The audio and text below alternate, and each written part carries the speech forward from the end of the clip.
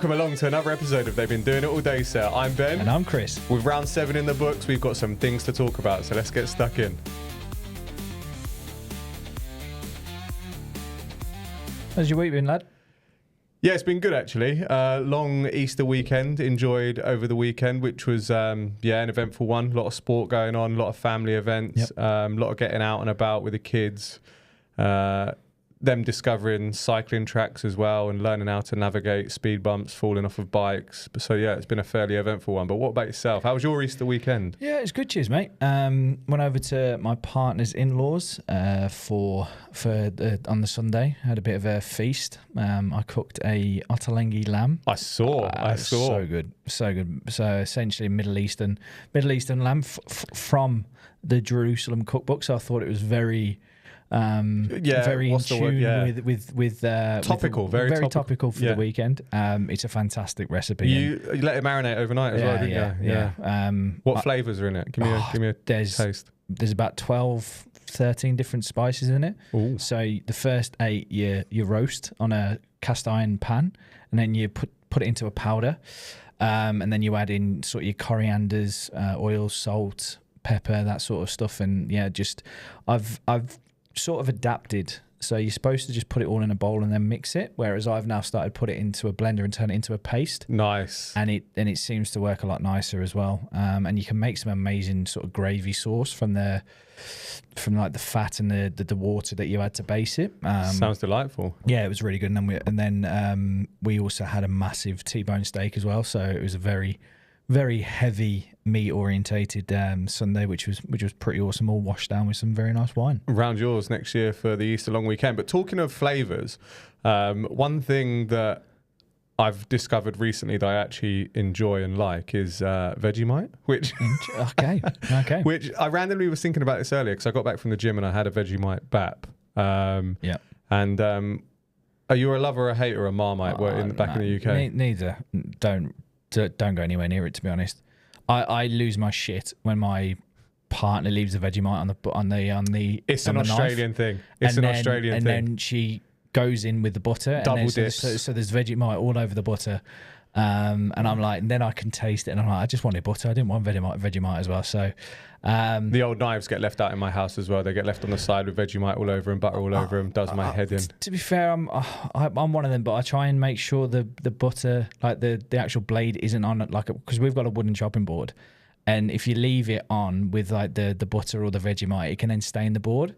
So at least I flip it, and so the blade is hanging off the edge and not on the wood. Don't even get me started about some of the things that annoy me about stuff being left out. I do leave that, like I weigh my porridge in the morning. Sometimes I leave a weigh and scale out, but other than that, it's a bit of a contentious thing in our household about leaving stuff out. But yeah, Vegemite, one flavour to another. Like I've absolutely was not a lover of Marmite in the UK. Since coming over here, I was like, let's see what it's about. And do you know what? It just tickles that savoury taste bud. So yeah, but anything else happen over the weekend? Anything of note? Not really, to be honest. Pretty chilled other than that. So yeah, a lot of sport to get through though. NRL was a big weekend of sport. Massive. We didn't do too well in the tips. Again, you did fairly average, getting 4 out of 8, and then I did poor again, getting 3. The differential was the Broncos against the Warriors. Yep. Felt like it could have gone either way, but we'll review all of the rounds, all of the games of the round in a bit. But one thing that we want to bring in is kind of calling out our performance of the round and our flop of the round. So over the weekend, who do you think the performance of the round was? And it can be team, player, moment, and anything you think. And also we've tried to keep it as different as possible as well, hasn't it? Like we're not going to come in with the same thing. And I've just got to go for the Dogs. Just more on the back-to-back shutouts, which is incredible to do in this sport. We've discussed it previously how no team should not be scoring with so many different chances to score. The points should go up on the board, but for the Dogs to do it back-to-back weeks against 2 different teams, and to put on 30-odd points as well, like I've got to take my hat off to them. They're a very solid defensive team to watch, and I'm going to give them a shout out for that. Yeah, can't argue with that. They were pretty solid. I'm going to go with the Dolphins. coming up against the Melbourne Storm. Yes, they were on the up, but what a performance. And to be 16-2 down at one point and then just go 34, 6 tries, unanswered. Yeah. Incredible performance. And I think they've really shown kind of their mettle now in the last couple of weeks. I was listening to the Buy Round podcast earlier and they mentioned something about, did we underestimate how much the impact of the start of the season around the floods in Queensland and all that sort of stuff impact them? I really think we're starting to see the proper Dolphins now. Yeah. And they're going to be a challenge for a lot of teams. And we'll talk about that later. But some of the things, honourable mentions to kind of give a shout out to as well. Mitchell Moses, what a return. We'll get onto him later, but Eels in general, he uplifted them massively. Hudson Young, can't argue with him scoring 2 tries in 3 weeks in each game for the last 3 weeks. Absolutely incredible. But let's talk about some of our flops of the round. Who have you gone for? I just want to add one more into the honourable mentions because I've just thought about it and how good it actually was Jason Asab's try. Yeah, I'll give you that. Against the Dragons. Not much to be very happy about from that game, which we'll touch on in a minute, but that is the Jason Saab that I think we all want to see and we want to love. Like, he leapt above everyone, caught that and came down with it, which was a fantastic moment within the game. And also he had another one from a kickoff as well. So his aerial presence deserves a mention. Yeah, fair play. From that. But onto the flop, same again. It can be a team, a player, or a moment in a game. Yep. I've gone for, just going off the back of what you said there about the Dolphins, I've gone for the Storm, conceding 34 unanswered points. Yeah. From going where they have been as a team to then leading within this game to I think they're all on the sort of the beach boat, so to speak. Yeah. To then just not do anything with 34 unanswered points, I think that deserves to be a bit of a flop of the week from my point of view. Yeah, great one. I'm going to go with a single moment in a game that I think is a flop of the week. And granted, it's now come out that he damaged his PCL in the opening kickoff of the game, but Reece Walsh's kickoff in Golden Point. We've mentioned so many times about how the kickoff is unfairly punished, but you're standing, kicking from a tee, and all you've got to do is drop it short of the back of the try line, try zone, whatever it's called, goal line. And he's done it. He's booted it too long. I know it was windy, but you can't. That's inexcusable. And then fair play, Luke Metcalf stepping up, missed every single extra point, and then he slots over that one from the halfway line. But again, some honourable mentions to include in this one. Manly's first half. We'll touch on it, but it might be the worst half of football I've ever seen. Rabbitohs not scoring a point, but the Bulldogs' defence is incredible. And then a big one, which could have been a flop of the round as well, is the inconsistency of the refereeing. There's 2 incidents that stand out in my mind that how they weren't called for consistency purposes, I don't know. One is when James Tedesco kicks the ball through, runs onto it, and Dylan Edwards clearly takes him out. It doesn't matter whether there's intention or not there, clearly takes him out, doesn't go to the bin. But Iongi for the Eels, I can't remember who it was that kicked it through for the Tigers, but then gets sent to the bin for a professional foul. Where's the consistency there? And then Kalmatualagi's hit on Terrell May on the opening kickoff of that game nearly takes his head off. If Terrell May wasn't such a solid geezer, I think he could have stayed down and moaned even more. But it turns out that he's got 2-match suspension from it. Why is he not going to the bin? The bunker could have seen it. But yeah, maybe we'll talk more about refereeing decisions. But it's inconsistency of refereeing is becoming a bit of a problem. On to round 7 then. What a disappointing opening to the round. We were there. We were at Brookvale Thursday night. Hopes were high. You did say in your tip that you're going to tip Manly, but you're worried this could be a Dragons blowout. And at one point, I was worried it was going to be. I was getting very nervous in that, and I think it just all boils down to what you just said there. Manly didn't turn up for the first 50 minutes, which in any sport, if you're asleep for half the game or more, then you're going to get punished. And the really frustrating thing is Manly's defence warranted a better attack. Yeah, I agree. Which is a really annoying thing because they were stopping the momentum of the Dragons. Manly were doing really well on that side of things, but then going forward was just so one-dimensional. It was shocking. And there were mistakes. I've never seen Ola Kawatu's hands like that either. He was dropping, but then the balls from DCE were not being put, or Brooks, whoever, were not being put where they needed to be. And at half time, I was absolutely gobsmacked how terrible it was. Yeah, if I'm not one to walk out of games early, but if we were against a better team, I think that could have been 40-0 at half time. I agree. And I could have been very tempted to sort of leave out at half time. And you go to the attack side of things. So just quickly going on to the point about DCE there, a lot of the comments you read and he's checked out and things like that. And in attack, I would say yes, but defense, I think he had his best defensive performance of the season. He made some incredible last-ditch tackles. He had Val Holmes in his pocket at some points, which really frustrates me in the sense of if a player switched off, he goes missing more in those situations than in attack. And the synchronization of just the moves was just so off. I don't know whether it's because Hopewati isn't in the position where he's supposed to be at the time of the passes and things like that. I just couldn't put my finger on it. But one of the really frustrating things for me was they just kept going to the same option. Obviously, there's these sets within within their plays, and they have options to go off them. Five plays or something, and that's it. We haven't got we're screaming out for a ball to be kicked up in the air, or just someone to run a dummy run, loop round, do something. Yeah, and it was just play it through the hands and try and get it out wide as quick as we could. It was just always the short option to the second rowers as well, which ends up leading to the Sloan try, because Brooks offloads it to Ben Tavojevic, who's got two blokes within a metre of him, and who absolutely wallop him as soon as he gets his hands on the ball. And for me, the halves should be able to read what's in front of that play and going, actually, that's not the option.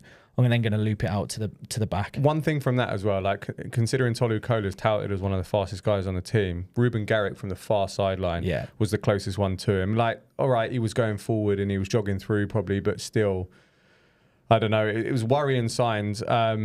And our problems in the forwards as well. It's only getting worse. Jake Trebojevic knocked out, within the first 10 minutes or something like that, and tried to get up, and I thought he blew his knee out. So I don't really know what happened around this, in the sense of I thought once a player goes off for a HIA, you can bring the interchange up, the 18th man. And we saw the whole game. It is the 18th man, isn't it? Yeah. We saw the whole game. Caleb Navale didn't take his bib off once. Yeah, I'm unsure of kind of the rules around it as well. But it's no matter whether he'd have come on or not. All right, we have another person on the bench, but it seems like we just lack that fit. We do lack physicality. There were times, I'll give him credit, Sipley did run hard with the ball, and Takiaho did run hard with the ball, but they take plays off. Yeah. They're not, it only, like you say, it took till the 50th minute until the crowd kind of got behind, we scored, that people started hitting gaps and with intention. Bullymore, as always, comes off the bench and always runs hard, but even he was, I don't know, not having the impact that he had before. Nathan Brown's great with a little initial contact, and then sets people up with quick shimmy before he goes into contact and an offload. But we really miss Paseka, and we really need another big, powerful forward to come in. But on Sipley, got done for a hip drop. Oh, it's such a hard thing for him to get done on, because he ends up getting knocked out and just drops to the floor. Yeah. And again, I think we had a good discussion in the pub after about it, and it's shout out Brookie Hotel. It's all about, I think that was reffed. The situation was reffed. The injury was on reffed, the injury, and not what had happened, because it was initially done for a Takiaho high tackle. Yeah, and then the bunkers reviewed it and gone, oh, actually, there's a hip drop in here. And it's like, well, no, because Sipley gets knocked backwards. Where else is he? He's supposed to just gets a shoulder to the chest and he goes down. And what's he meant to do? He's off balance. He's been hit into that position. I don't get it. I really, really don't get it. And then Tuolagi's one in the Eels game as well, called for a hip drop. He's got up and then scored on the next drive. Again, the inconsistency of kind of what's been going on. But we lose. I think he's only got a fine. Sipley hasn't he? So he's available for the next round. But he didn't even he didn't get sent to. He didn't get any suspension for it or anything. But it's again the inconsistency side of things, as you say there, and as much as you see it all the time, the ref didn't have the best of games. There was situations within there where you are the 50-50s just seemed to didn't go sort of Manly's way, and there was some decisions like when he pulled up Olaquatu for being offside, and he caught the ball off a short dropout. He was running in, but instead of letting the play happen and then calling, he called it straight away, which completely stopped. And I reckon from 10 yards out with a head of steam, I reckon Olaquatu was going over there. And then you can go back to the bunker and see. Let it play and then review. Yeah, but he blew straight away, which we were in the opposite corner, and even I called straight away. That's touched no one. Yeah. And we were in the back side. We were in the back corner. So yeah, there was things like that which killed the game a little bit. But hat off to Dragons, they just kept on going. And took their chances. They didn't really take advantage of. Manly were poor. Manly were very, very poor to only be 8-0 down at half time, something like that. It might have even been closer, but the Dragons weren't great. They just took their chances, and the breakaway try is a great example of that. But it bodes the question, two things: is DCE's departure having an impact on the team, and are Manly one of the worst teams in the competition now?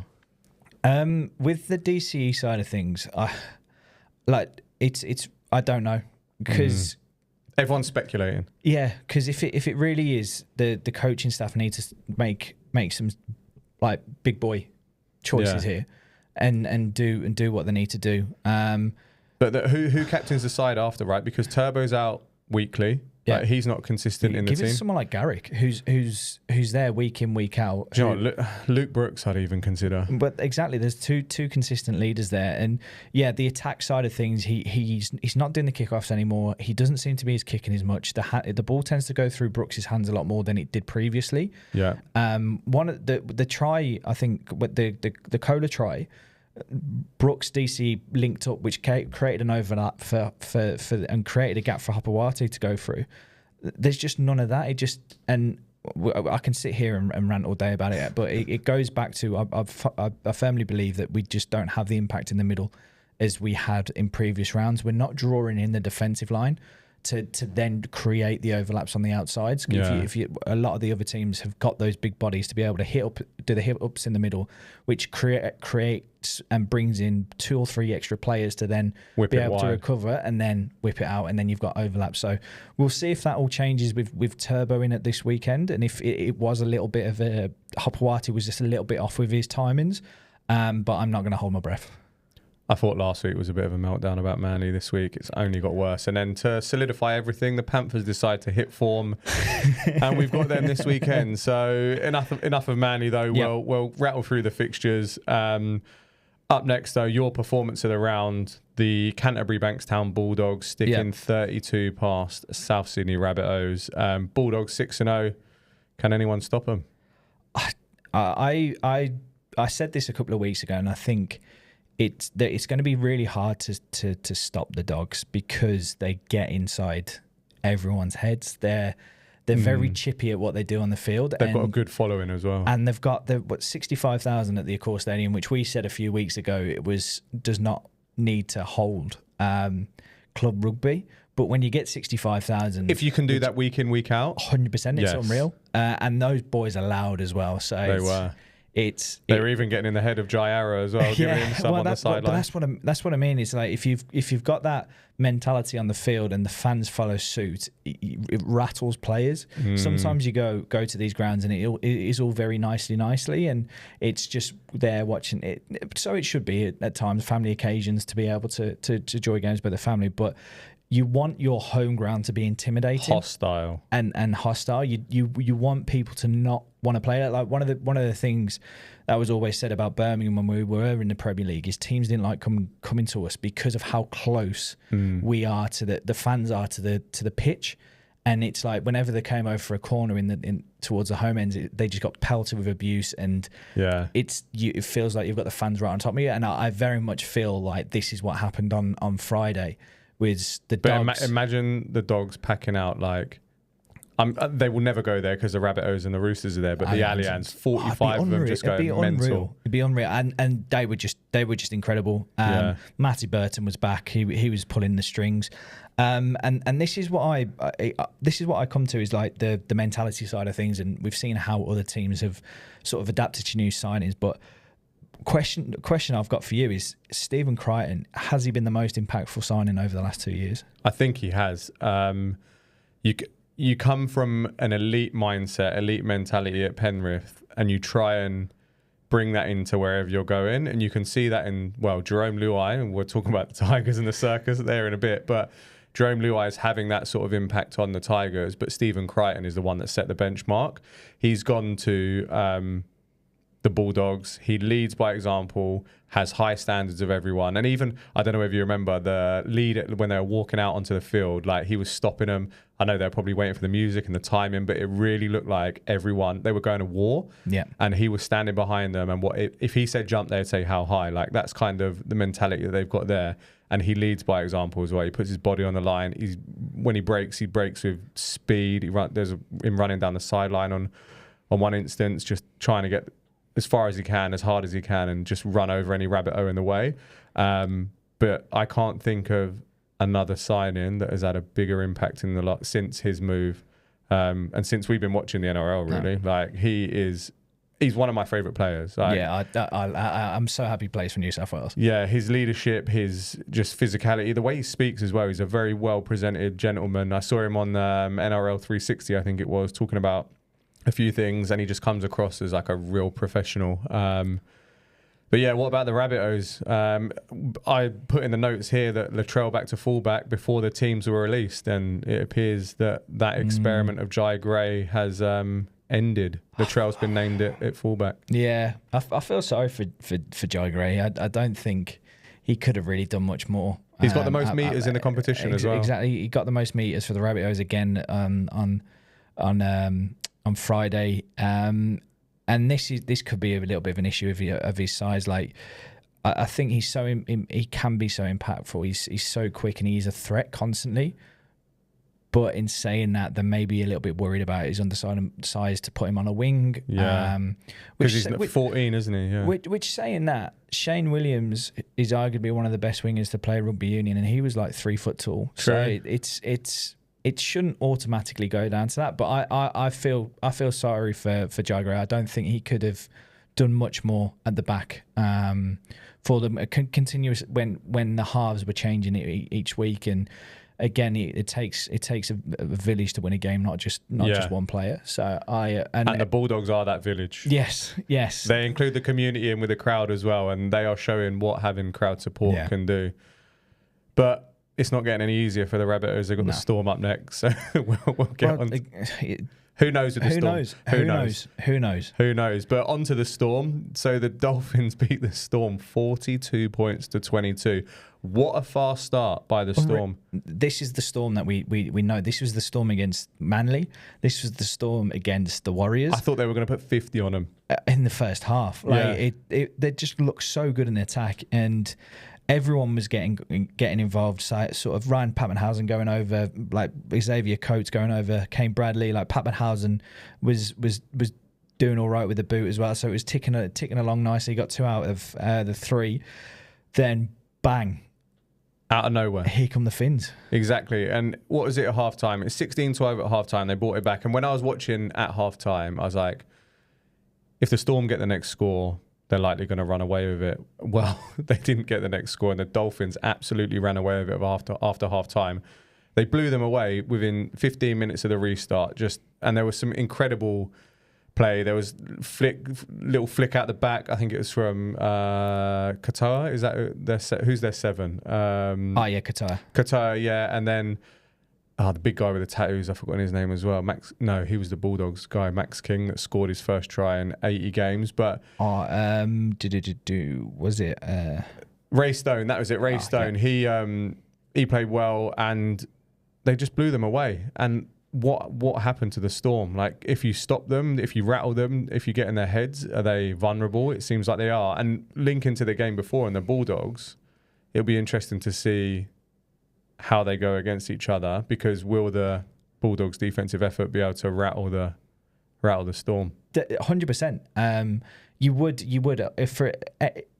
if you were to put on any team stopping the Storm doing what they do, you'd put money on the Dogs doing so. And talking about sort of going back previously where we was talking about the Rabbitohs and Manly having the halves pairing not really singing off the same hymn sheet, I've got to give a massive shout out to Katoa and Nick Arima. Yeah, Nick Arima.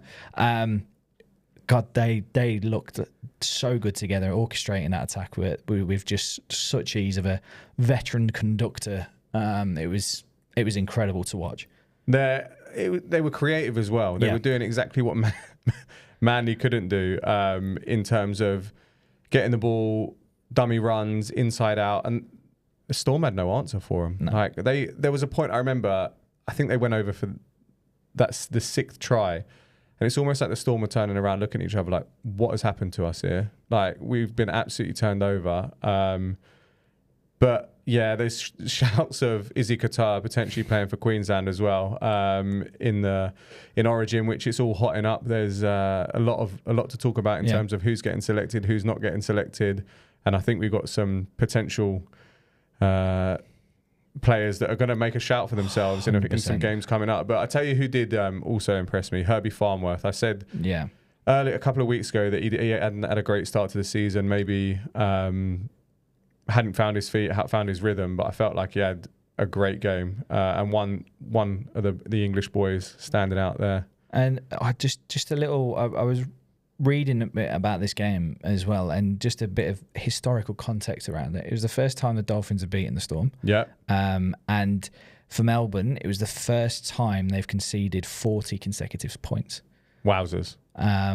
And we were saying it was 34, but it was actually 40 on the chart because they didn't end up scoring. That can't be right, because Manly beat the Storm 40-0 in the grand final in 2000 and someone.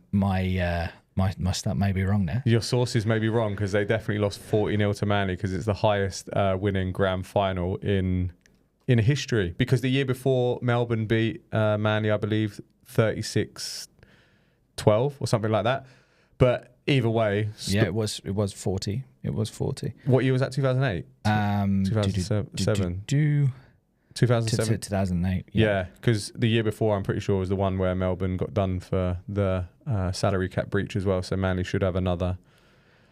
But yeah, the Dolphins, what to make of them? I think I think they're just going to build and build and build, and they're just going to grow in confidence. From starting with, what was it, like three losses on the bounce or something like that? It was tough circumstances, though. Yeah, massively tough circumstances. But they have shown what they can do, and they aren't to be taken as mugs, because they did it to, was it Panthers the week before as well? Yeah.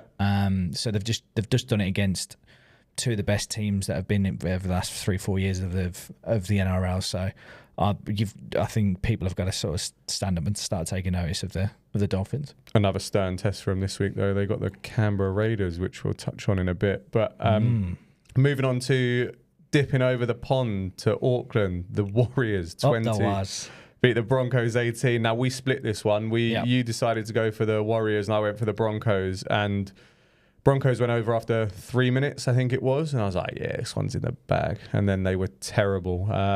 Reece Walsh, I'm just going to have to touch on him for a second. I've said it many a time, if he wasn't the face of the game, he wouldn't be playing. And look, I'll give him some credit that he damaged his PCL in the opening kickoff, which he got walloped on as well. As it happened, I thought, oh no, has this unearthed the ghosts of Joseph Suaalii? Yeah. But it turns out that he actually injured his knee, and then he had the stinker with the kickoff. Ben Hunt had an absolute stinker. His body language didn't seem right. But interestingly, the Broncos are exactly the same record as they were last year, but I think they have one of the best sides in the competition. How do you see them? It's a really frustrating thing. They, as you said, they've got all the talent there. They just don't seem to be singing together. Which is you can have all the best players in the world, but if they're not doing well, then you're not the best team. And they had the chance to beat a Warriors team this week, and they just didn't capitalise. Yeah, and you mentioned about Payne Haas having a big game because James Fisher-Harris wasn't playing, and my word, did he? Yeah, but that's the thing is like you've got your forwards putting all these hard yards, 219 run meters, I think you got, which is ridiculous. And then I think there was only one or two of the backs that ended up getting over 100. I think Reece Walsh had 40 odd meters. Cobbo was 99. And then you've got Staggs and Shibiaski who got 115 meters, and then no one else. And then you look at the forwards. The two highest run meters were Paddy Carrigan and Payne Haas. Yeah, Carrigan did have a bit of a day, but I thought there was a moment just on the half. They had a penalty. New Zealand had a penalty, and what's his name? Metcalf hooked it and it spun round, and then you just see, was it Cobbo? Yeah. Sprinting. No, it wasn't. I think it was Jesse Arthurs that caught it, and he runs down the wing and he passes it to Cobbo, and then the ref calls it back as forward. Yeah. Now, if we're talking about momentum here, and we're talking about hands going sideways, I don't think it was forward. I believe he's passed it along the line, and the momentum's moved it forward, and it looks like it's a forward pass, but. Yeah, the only thing I would, because I did see it, and the only reason I thought it was forward straight off the bat was because his hands were angled a little more forward than level, which, to be fair, in those situations you should not even put doubt into it. Should have been easily it's backwards. Such an easy pass. It was so open as well. Which we've got to rein it into that. Like you can't even put yourselves in those sort of situations to kill yourselves. Yeah. I think that's one of those that I've seen them. I've seen a lot worse. Yeah, I've seen massively a lot worse. If I can go back to the Dragons Manly game, there was a few that I think we were calling from our seats where he was about 5 meters in front of me, he was passing the ball. But anyway, but yeah, it's hard done by there. I think that's one that you can feel aggrieved by, because there's been a lot worse not given. Yeah. What do you think of the Warriors? Do you think they're a lock for the top 8? If every game was in New Zealand, yes. I was about to say the same thing.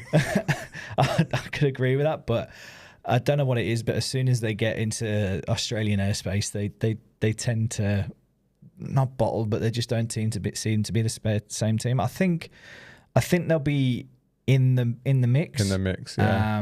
I just don't think they'll make the 8, unfortunately. Yeah, and it's instances like Luke Metcalf, right? He missed all of the conversions and then slots one straight in front from 50 metres out. Like, it wasn't an easy kick, high pressure, but in moments and games that are close where you need those conversions, you've said it a number of times, 4 points to 6 points is a huge difference. They're gonna win and lose some games based off of that. So they need to up their kicking game, but they were missing Nickel Klokstad. He's back this weekend. Be interesting to see how they go. But the Broncos, I don't know what to make of them. Yeah. They've got the Bulldogs this weekend, so that'll be a really interesting game. But that's a proper Origin game as well. It is. That's New South Wales, Queensland there. Yeah, but onto the Roosters, 12 defeated by the Penrith Panthers 40. We both tipped the Roosters in this one. Yep. And after big marky Mark offloaded one-handed backhand that onto Daniel Tupou to go over into the corner, I was like, here we go. They're going to attack that left edge or Penrith's right, and they're just going to go over there all the time, and they're going to do it. But are the Panthers back? No, I'm not going to say. I'm not going to commit to that at all, because we've said this all season. Is we're like, the Panthers are going to turn up. The Panthers are going to turn up. They've had. But now they put more doubt in your head, because are they going to turn up? I don't know. They're really frustrating. There's a lot of frustrating teams in this division. I think it's because it's such a tight competition. It is very open, and the Roosters are one of them as well. Like, I did say that I could see it being like 48 whatever to the Roosters. I got the scoreline sort of correct, but it was just the wrong way around. But saying just on that, you say about the competition being so open, even the Bulldogs, right, who are 6-0, top of the ladder, it's not how you start, it's how you finish. So they could go through a bit of a patch where they have a wobble and they get a few injuries. All right, they lost Burton and Kickow and they did all right, but they're yet to come up what's considered a championship team. If the Panthers start getting back in form, when the Panthers play the Bulldogs, that could be an interesting one as well. So if Panthers end up getting in the 8 and they've had solid momentum from August, I just it's probably written that they're going to end up winning it. But there's still a lot of footy to be played till that happens. And I can't remember who it was who scored in the corner, but it was Panthers of old. Like they were whipping the ball around, turning, spinning, offloading, dummy runs, and then one of the wingers, I think it might have been Alamotti, that went over in the corner. But it was just like you're watching Penrith of the last 4 years. But still, I don't feel they're at the level. No. They're not consistently at the level of what they have been.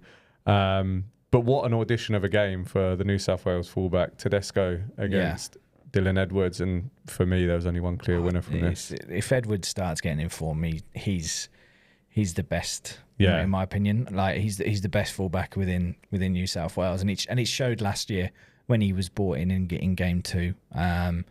He just adds so much going forward. He's solid in the air. He's solid defensively, and when he's on his day, he's so hard to stop. Yeah, and I think for the first few weeks he was playing injured until that, it might have been round 1, round 2, then against the Roosters in round 2 when he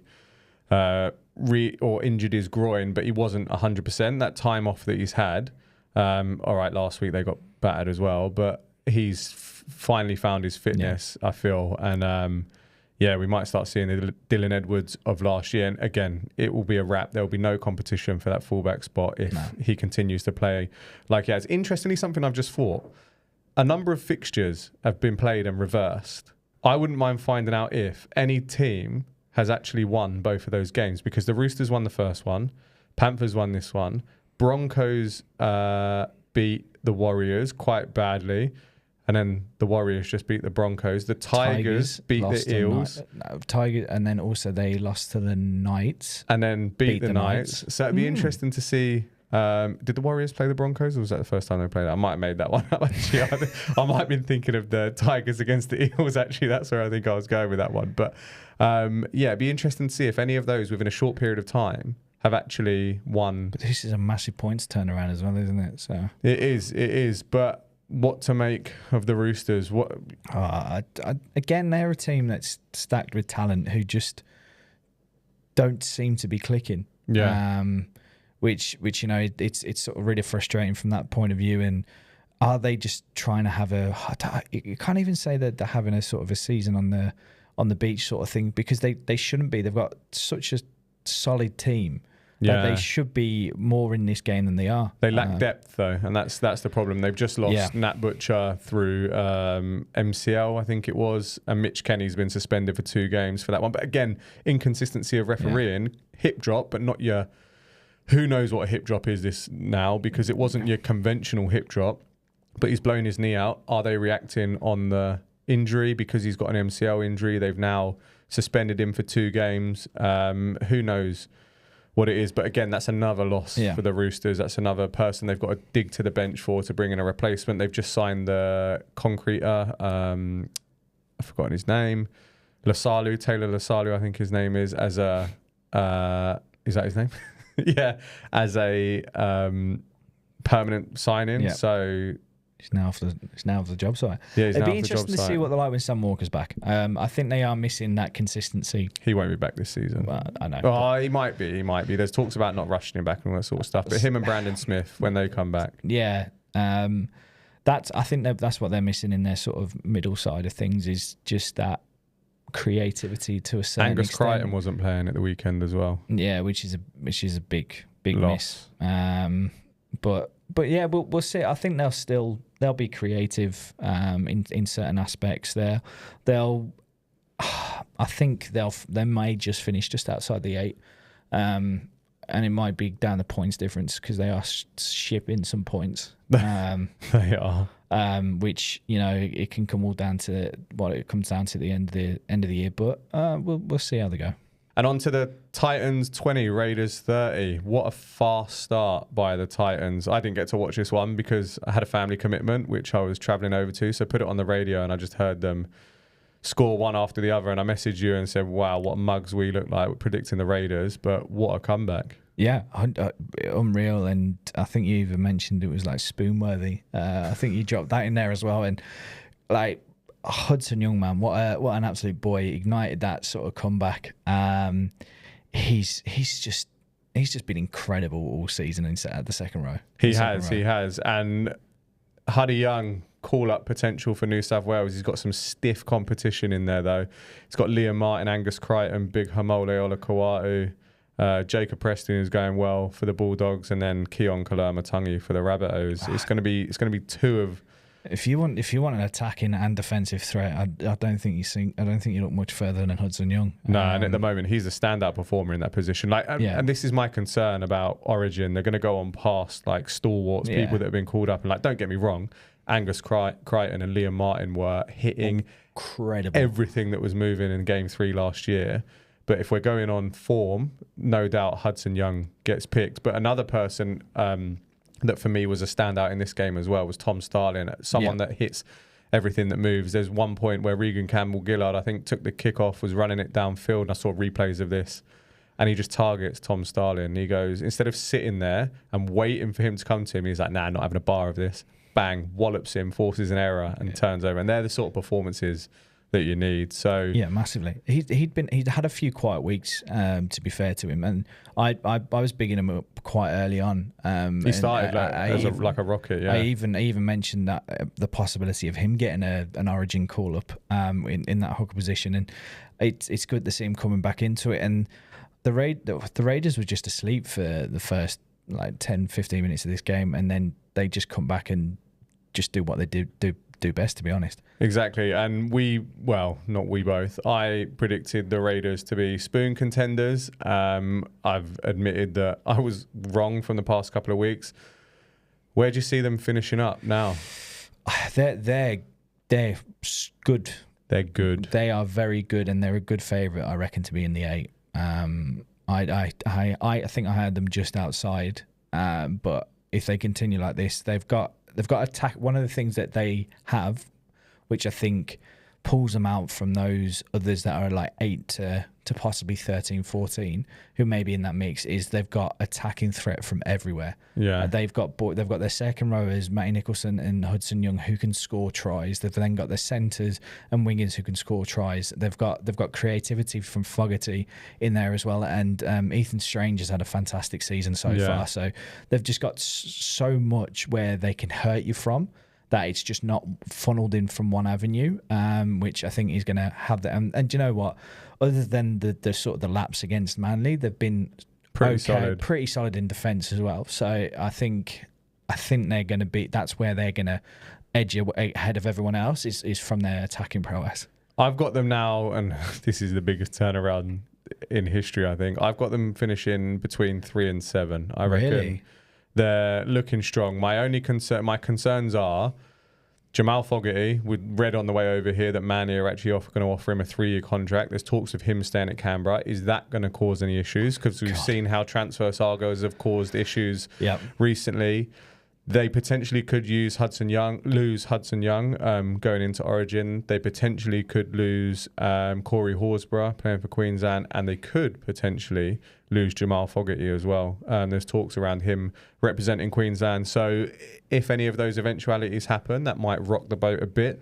But I think they look solid. The fact that they found Matty Nicholson coming over from England, who's just a powerful runner, scoring tries as well. They can, like you say, they can score from anywhere. But moving on to the penultimate game of the week, which I watched loosely whilst at this family event.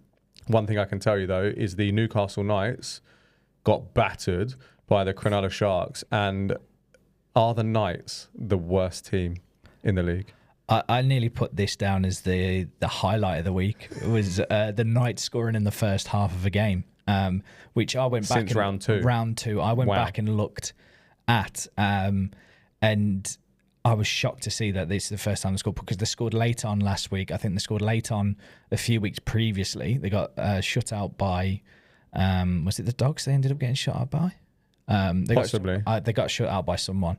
And it was the Tigers that they scored against last time. In the last minute. And then Campbelltown. They nearly went back-to-back not scoring points. And then the week before that, they scored within the last 5-10 minutes. Yeah.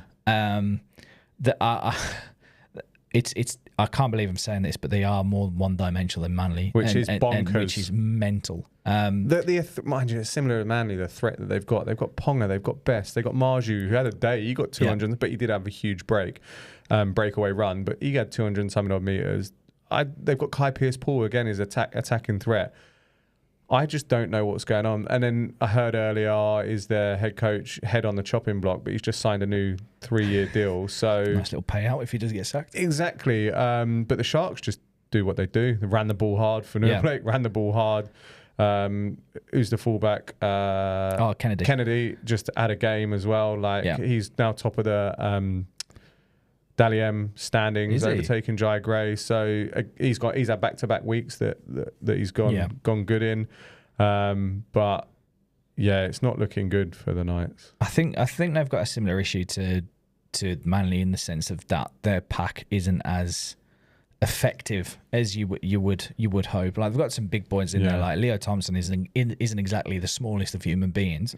Saifiti's a big boy as well. Yeah, but they're not being able to create the space that you need for the likes of Bradman Best, who when you give him space and give him opportunities, he's incredible. Yeah. Kalen Ponga just has he signed somewhere where he's not going? Because I think I was reading somewhere about the Knights fans were a bit annoyed with how he was acting in the pre-game conference. He was a bit like all happy, jokey, laughing a bit. So I don't know. I didn't read too much into it, but he's potentially off to the Roosters or something like that. But talking of transfers, they've got Dylan Brown, and this links nicely into the next game. They've got Dylan Brown coming in now. Mitch Moses is back for the Eels, and we'll touch on that in a second about the impact that it had on Dylan Brown. But he wasn't the one in previous weeks where Dylan Brown's been controlling the team. He's been non-existent. Yeah. He's going to go up to Newcastle and be the one that's going to have to command everyone about and direct everyone. Who's going to be his partner that's going to support him and be the Mitch Moses? I don't think they're going to get a $1.3 million a year player, especially for 10 years. No. And this is the thing: you've got Kalen Ponga, who's been acting as your halves in your halves, trying to create stuff, and you don't really want that from your fullback. You want your fullback in with a sort of the link play, and not sort of like directing it. So maybe that's something to look at, is bringing Ponga down and then slotting him in the halves, which I could quite happily see. I think he'd be very creative there. Yeah. I know there's been a lot of talk around sort of Latrell Mitchell having a little bit of a go there, which the experiment didn't really work. And then there's talk around Turbo going down into the halves, which I just don't think will work. There's something. I think he's just too gangly to once you've mastered the fullback position, or like use a loose term, mastered, you are a fullback because you're over every part of the field. So much going you're on. left to right. You're not just in the centres. And I know sometimes they have centres looping round and playing like more slightly towards one side, but still, I don't think he is a fullback. He is at the moment Queensland's best fullback. Yeah, I'd 100%. Say. Couldn't agree more from that. But I think it showed that Dylan he needs a partner in crime there. Yeah. Someone that he can work with. Otherwise, maybe that'll unlock Dylan Brown. Who knows? Yeah, and I don't know, having Mitch Moses. Well, he sort of was getting a little bit of last week as well. Like there's clearly, he had improved. There was clearly something had been said to him. So and also he has to prove he is the player that's going to be arriving. So that may have been a little bit of, but yeah, their Knights are in a little bit of trouble with their attacking form at the moment. They are, and they potentially could be spoon contenders, along with Manly. But moving on to the final game of the weekend, and what a game this was. I'm going to say it from the outset. Game of the week. I tuned in on Easter Monday thinking, this is going to be a bit of a boring one. But my word, was it an absolute barnstormer. First off, how good was Mitch Moses? Oh, what! So happy to see him back. I was gutted because I think he's a fantastic player, and I really saw how good he is and how highlighted he is last year in Origin. I think that's where I really picked up, right, this boy can play. Can't wait to see him with Lomax when Lomax is back. They're going to, I think this Eels team may end up being sort of mid-table towards the bottom 8, especially when Lomax is back, because Josh Adokar turned into a different animal again with Mitch Moses. Do you know what? With the one thing I'm going to touch on is Adokar interception probably could have been included in the moments of the week, but Taruva should have done better. Like, I know it's highlighted. Why didn't he dummy it and then just run around the outside? But anyway, the amount of space that he had, it's so frustrating. Mental. And those are the sort of situations where you can get away with a dummy, because he wasn't Adokar. If Adokar had fully committed, it was nowhere near laying out Taruva either. So that was just a bit of a poor reading of the situation from Taruva. But hell of a defensive play though from Adokar. It was, but I agree with what you're saying, Mitch Moses. It's because I think now the focus is on Moses. It frees up Adokar, it frees up Penasini, Stone Street, not Stone Street, he's at the Sharks, Simonson. There's a lot of them, even the fullback Yongi, like there's a lot of them that can now play with a bit more freedom because of what Lomax can do. And Moses, sorry, not Lomax. And when I was going to say, when Lomax comes back, that's an even frightening prospect, because what they did to Queensland in that game 3, even game 2 last year together, it was just high corner Lomax coming down. They've got a fantastic relationship within just from that New South Wales camp. So what they must be when they're actually together, working together as a team, it's going to be incredible to watch. But their start to the second half, they absolutely blew the Tigers out of the water. Massive. I don't think the Tigers touched the ball in the first 10 minutes, or they didn't have a player the ball within the first 10 minutes, which is absolutely bonkers. And they were just going back to back to back. And then Mitch Moses' vision to see Simonson running down the wing, I think it was on 0 tackles or first tackle or something like that, and just boots it into space and he runs on it to ice the game. What a performance. But onto the Tigers, what a absolute circus it is at the moment. So putting these notes in, we were like, the impact of Galvin being dropped to the New South Wales Cup, and then for reasons unknown, he's now been selected to start at 6 this weekend. Considering Luai was wearing the 6 jersey at the weekend as well, was that a bit of a shot to Galvin, saying, this is my club, buddy, I'll take your jersey, but Luai's moved to 7, Galvin's coming in at 6. Knowing Luai's attitude, probably. But it's a weird one. Like, I know we've got our reservations about DCE at the moment and what's happening there, and the same with Dylan Brown at the Eels. But you always want to have your best 13 on the field, like regardless of what's happening behind the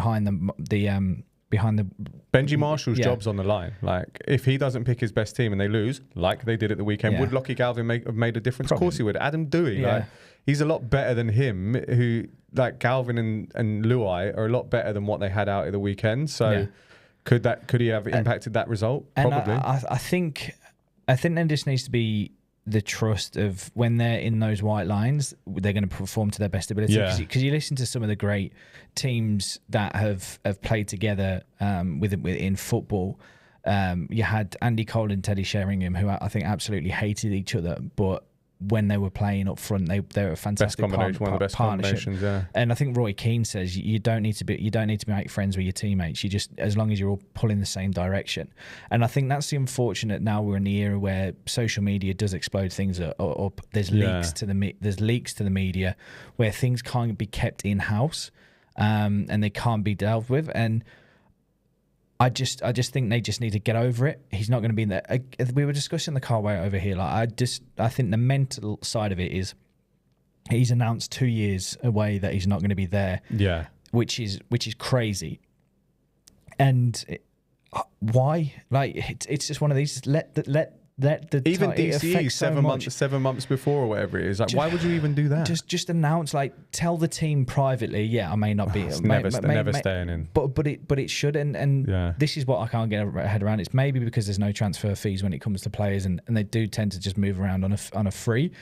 That these sort of situations are happening right at the start of the season, which is the worst time for it to come out, and it just completely throws teams all over the place. Now the Tigers, there may be a bit of animosity over the next couple of weeks because of it, and it may alter their whole season.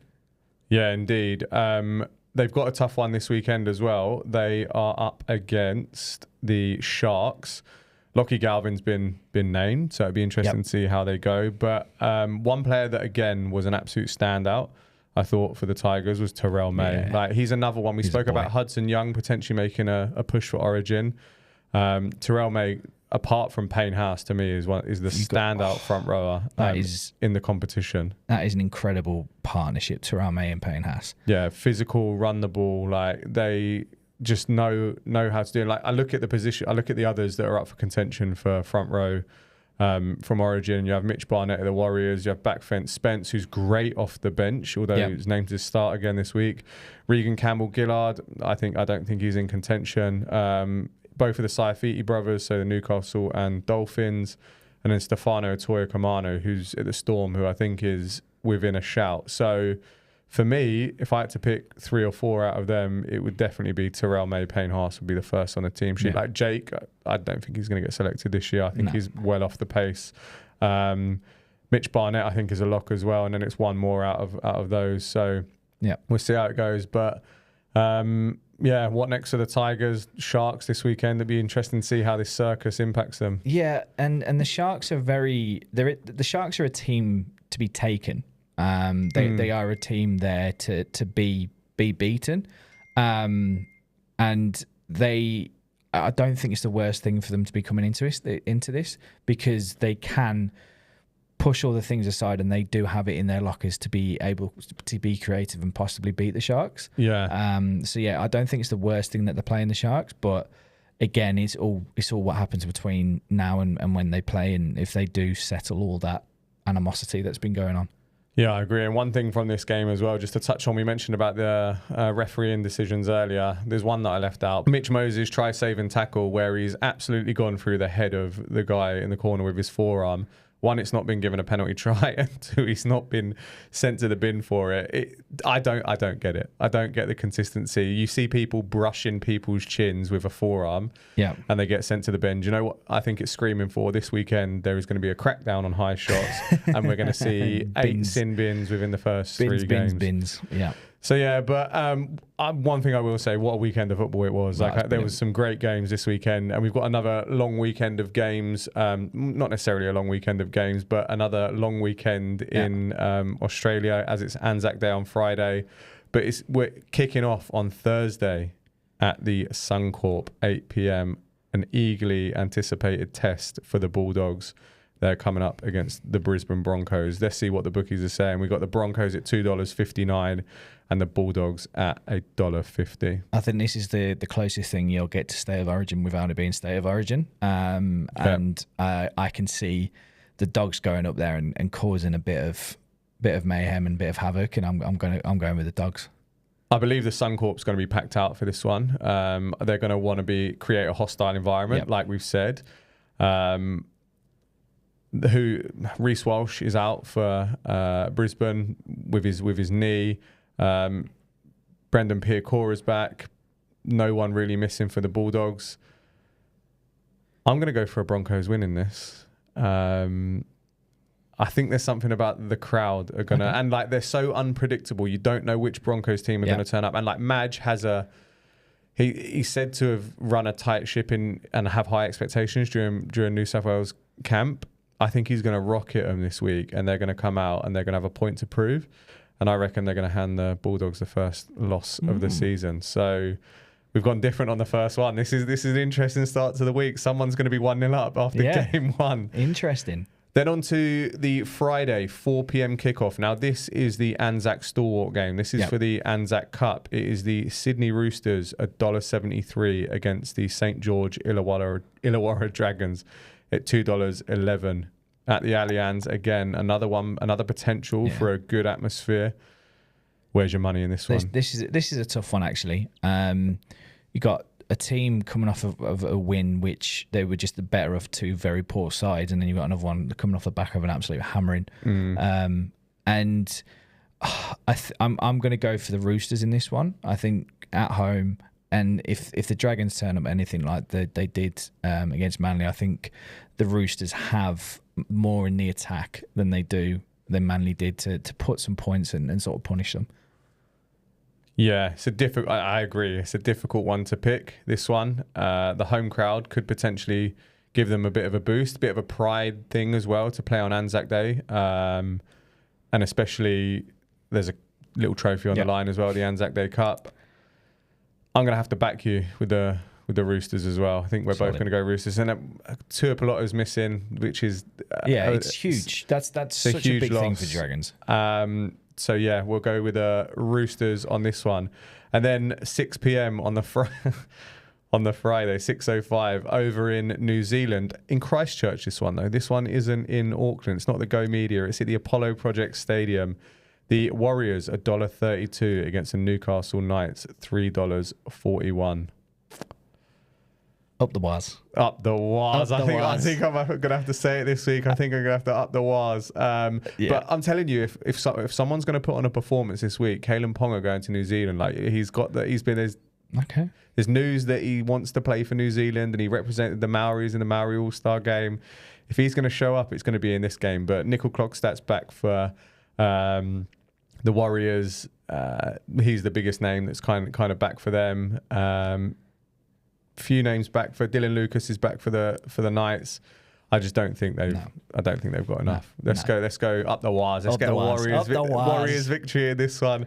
And then the last game on the Friday, we've got the $1.21 Melbourne Storm against the $4.45 South Sydney Rabbitohs. This is in Melbourne at Amy Park. For the past 2 times that we've tipped the Storm, we've almost brushed it aside and gone, the Storm are going to blow away and they're going to absolutely destroy the Rabbitohs.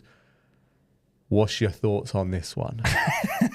I think the Storm are gonna win. I don't think they'll run well. The last couple of times they've been down at Amy Park, they've put some points on as well, and they look like they've got Jaden Sullivan in at halfback, who looks like he's someone's uncle. Bless him. And Jerome Hughes is back. Jerome Hughes is playing. Is all I sort of need to see from that. I know he was playing last week. Big Nelson's been named as well. Big Nelson's been named. Is he in the reserves? Yeah, he's in the reserves, so might get called up, might not. Yeah, I'm going. Even though they lost last week, I don't see the Rabbitohs putting on 40 odd unanswered points.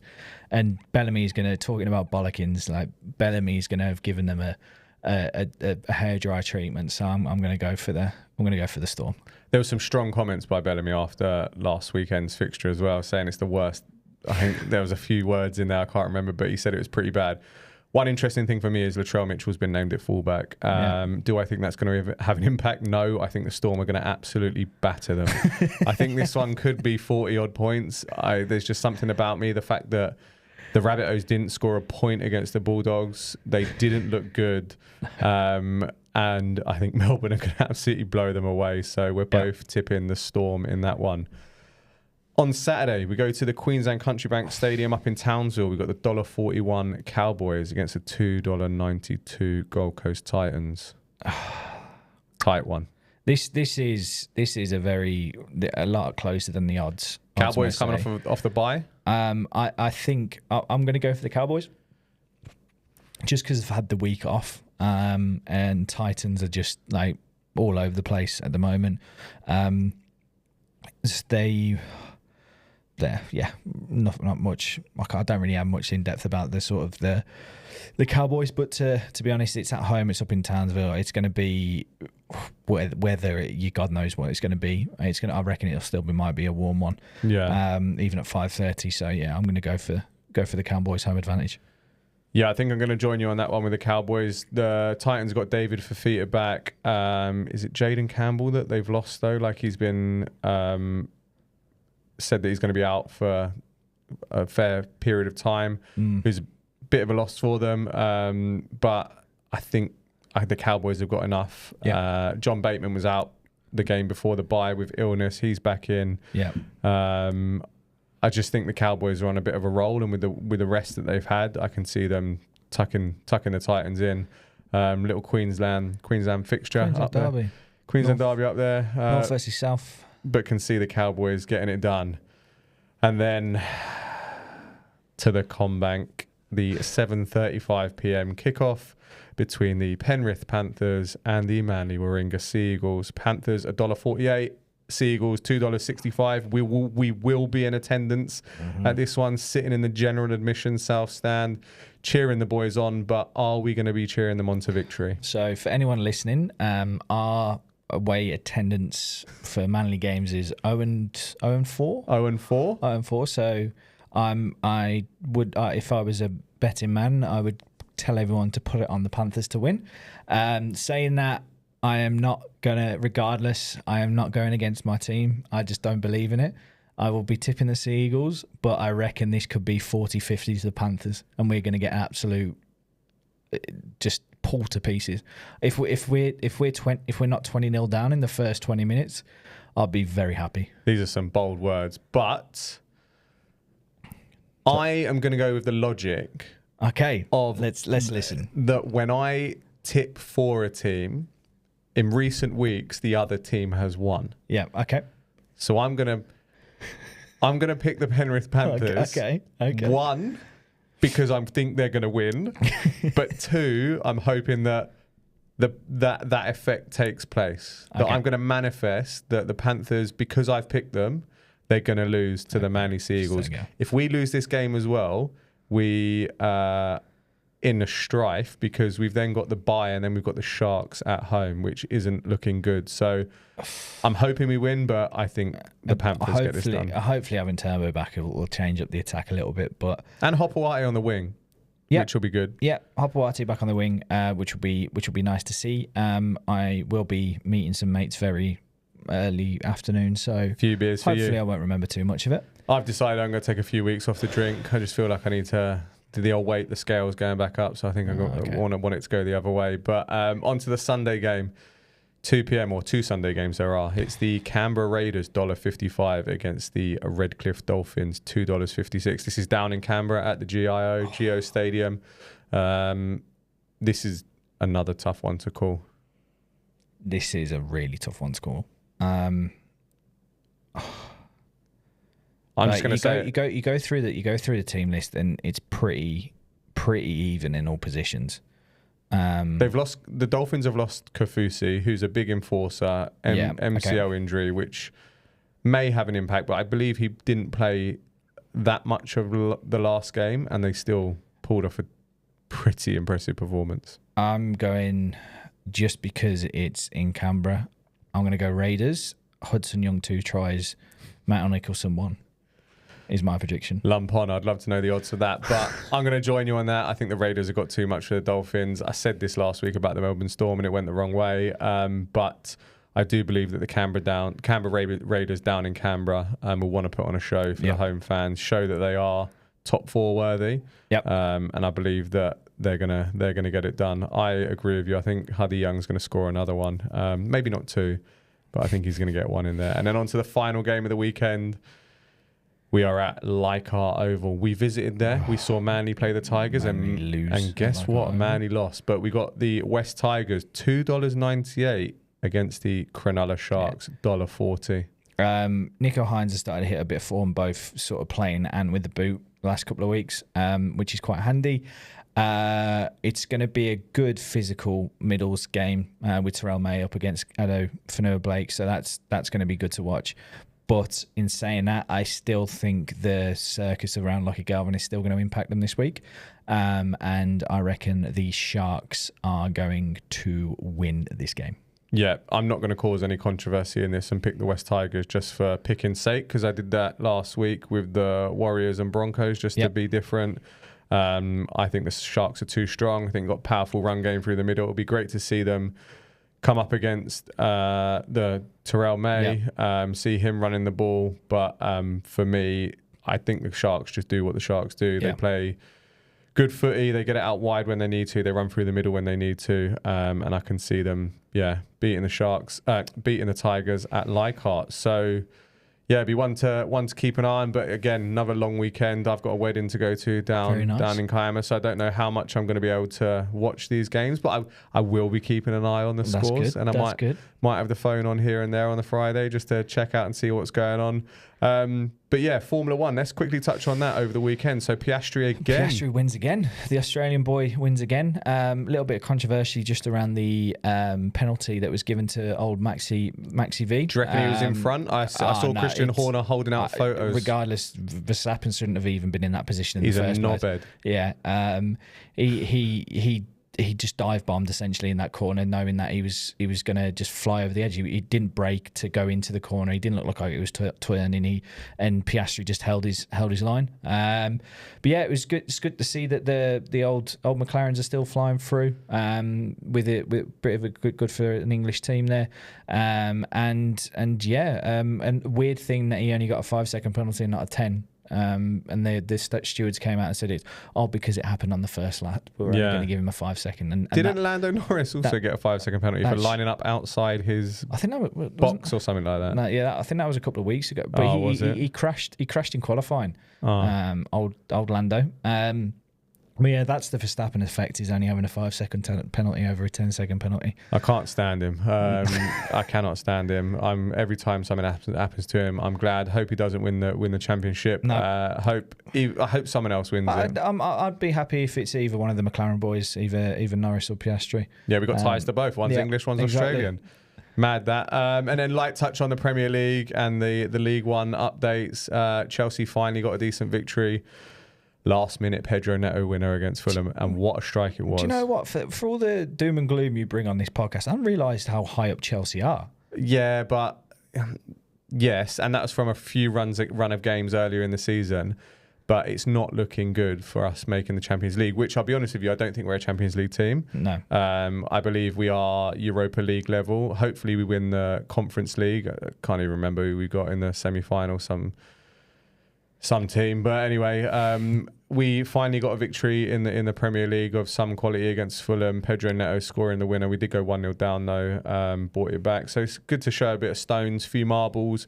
Yep. Great finish as well. Cole Palmer, Cucurella or someone put the ball in. Pedro Neto, little flick, turn, smash into the middle of the net. So going well, onwards and upwards. The only disappointing thing though is if Liverpool win their next game, which I think is against Tottenham, they win the league, which is one, a sour point, but two, Chelsea have to give them a guard of honour, which is even worse. But yeah, Al Birmingham got on. Yeah, sound. Drew against Crawley in a thrilling 0-0 at home over the weekend. I've never seen a thrilling 0-0. No, a lot of a sarcasm attached to that. But then we beat Burton last night 2-1, or this morning. Yeah, this morning 2-1. Which is normally a bit of a banana skin ground when we go to Burton. A little bit of a local derby. But we're on 99 points now. We only need 4 more out of 12 to equal the highest points record. And then if we go over 103, we've got the highest points in the League One season, which is pretty sound. Yeah, be happy with that. Fair play. Well, we've covered a lot this episode.